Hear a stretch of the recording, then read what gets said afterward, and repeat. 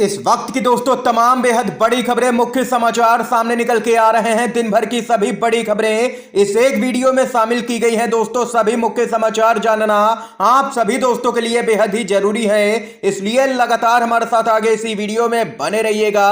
एक एक करके सभी बड़ी खबरें आप तक पहुंचाएंगे। तो वहीं दोस्तों खबरों की तरफ बढ़ने से पहले अगर आप लोग भी इंडिया गठबंधन और राहुल गांधी के समर्थन में खड़े हैं तो अभी इस वीडियो को लाइक कीजिएगा दोस्तों, और कमेंट बॉक्स में कमेंट कीजिएगा जय हिंद जय भारत। दरअसल दोस्तों पहली बड़ी खबर की तरफ बढ़ते हैं।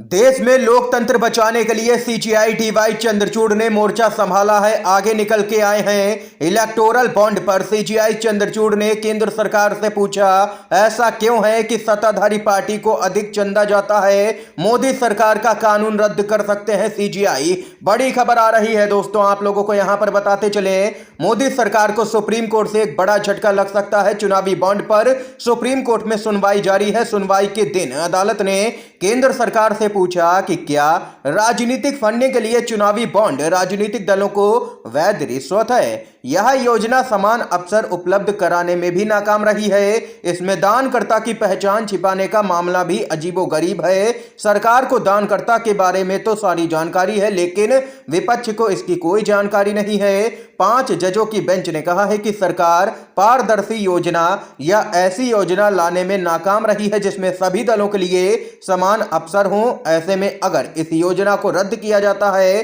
तो इसका यह मतलब नहीं लिया जाए कि हम राजनीतिक चंदे को बेहिसाब नकदी और काले धन के युग में धकेलने की कोशिश कर रहे हैं। यानी कि सुप्रीम कोर्ट की संवैधानिक बेंच ने इशारा कर दिया है कि चुनावी बॉन्ड योजना को वो रद्द कर सकती है, जो कि मोदी सरकार के लिए 24 के चुनाव से पहले एक बड़ा झटका होगा, क्योंकि भाजपा के जो मित्र हैं वे लगातार यहां पर भाजपा को चंदा देते हैं, जिसके दम पर भाजपा काफी यहां पर चुनावी प्रचार करती है। और अब सीजीआई ने मोर्चा संभाला है, झटका देने की तैयारी है केंद्र सरकार को। एक और बड़ी अपडेट बताते चलें।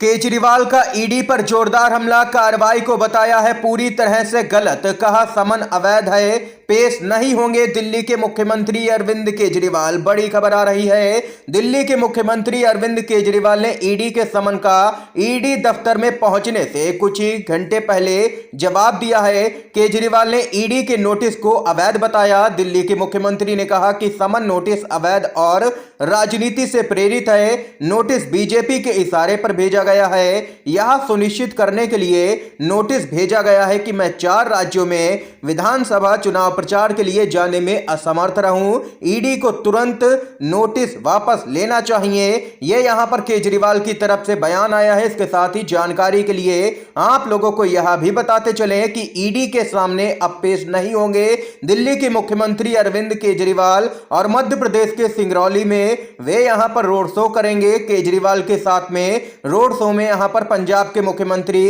भगवंत मान भी मौजूद रहेंगे। ये यहां पर दोस्तों देख सकते हैं केजरीवाल की तरफ से बड़ी खबर आई है। अगर आप लोग भी केजरीवाल के समर्थन में खड़े हैं तो वीडियो को लाइक कीजिएगा। एक और अपडेट आ रही है, आप लोगों को बताते चलें।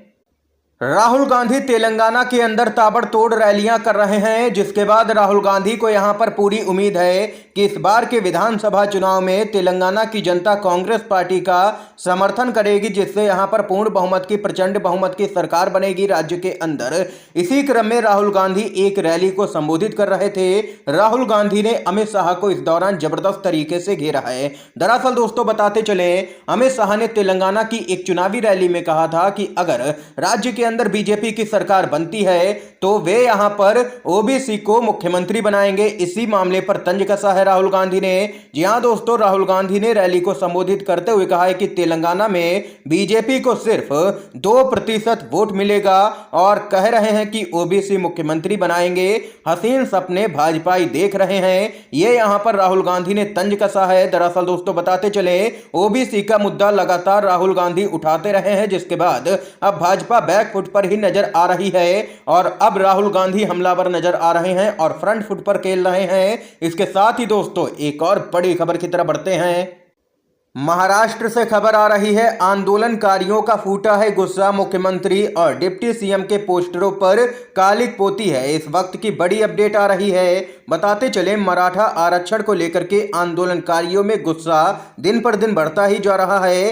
कुछ प्रदर्शनकारी बसों पर लगे सीएम एकनाथ शिंदे और डिप्टी सीएम देवेंद्र फडणवीस के पोस्टर पर कालिख पोतते हुए नजर आए, जो कि सोशल मीडिया पर अब इस पूरे मामले का वीडियो तेजी से वायरल हो रहा है, जिसके बाद अंदाजा लगाया जा सकता है कि राज्य के अंदर शिंदे सरकार को लेकर के यहां पर काफी गुस्सा लोगों के बीच में बढ़ता ही जा रहा है और मराठा आरक्षण का मुद्दा दिन पर दिन गरमाया हुआ है दोस्तों। इसके साथ ही एक और बड़ी खबर आप लोगों को बताते चलें। ईडी के सामने केजरीवाल नहीं होंगे पेश तो बौखलाई है ईडी। जी हां दोस्तों, एक और मंत्री पर ताबड़तोड़ एक साथ छापेमारी ईडी ने की है। खबर बताते चलें आप लोगों को।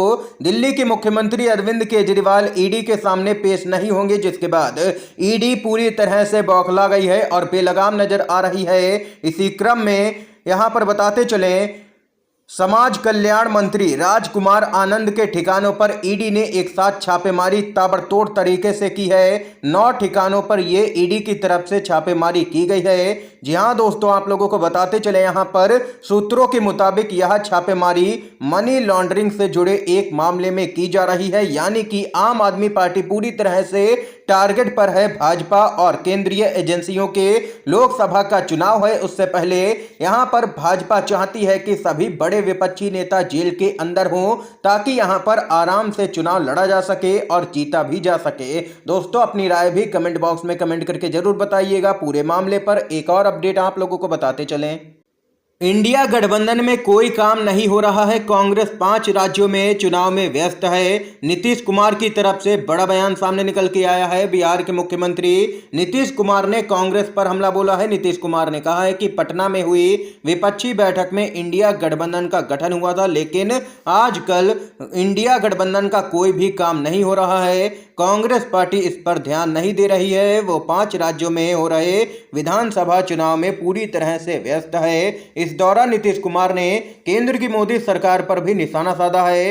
नीतीश कुमार ने कहा है कि आज केंद्र में जो सरकार है उसको देश से कोई भी लेना देना नहीं है। उन्होंने कहा है कि ये भाजपाई बस मुद्दों से ध्यान भटकाना ही जानते हैं। ये यहाँ पर बिहार के सीएम नीतीश कुमार की तरफ से बड़ा बयान सामने निकल के आया है। एक और अपडेट की तरफ बढ़ते हैं दोस्तों। राज्यपाल को समन भेजने के मामले में एसडीएम किए गए हैं निलंबित। बड़ी खबर आ रही है। जमीन अधिग्रहण के एक मामले में राज्यपाल को समन देने के मामले में शासन ने कार्रवाई करते हुए एसडीएम न्यायिक को निलंबित कर दिया है। जी हां दोस्तों, बाद में डीएम ने कार्रवाई करते हुए एसडीएम के पेशकार को भी निलंबित कर दिया है। बताते चले, यहां पर हाल ही में यहां पर एसडीएम न्यायिक विनीत कुमार की कोर्ट की तरफ से जमीन अधिग्रहण संबंधित मामले में यहां पर राज्यपाल आनंदीबेन पटेल को एक समन जारी किया गया था, जिसके बाद राज्य के अंदर हड़कंप मचा और राज्यपाल के सचिव ने सामने आकर के एसडीएम को चेतावनी दी और पूरे मामले पर कार्रवाई करने की भी बात कही, जिसके बाद अब देख सकते हैं कि शासन ने कार्रवाई कर दी है एसडीएम पर पूरे मामले में। ये यहां पर दोस्तों इस समय की आज की तमाम बेहद बड़ी खबरें थी, मुख्य समाचार थे दोस्तों जो हमने आप लोगों तक पहुंचाए। अगर आप लोगों को ये वीडियो पसंद आया हो तो अभी इस वीडियो को लाइक कीजिएगा दोस्तों। ज़्यादा से ज़्यादा इन खबरों को, मुख्य समाचारों को शेयर कीजिएगा अपने सभी दोस्तों में, और चैनल पर नए हैं तो दोस्तों चैनल को जरूर सब्सक्राइब कीजिएगा। वीडियो देखने के लिए आप सभी दोस्तों का बहुत बहुत धन्यवाद। जय हिंद, जय भारत।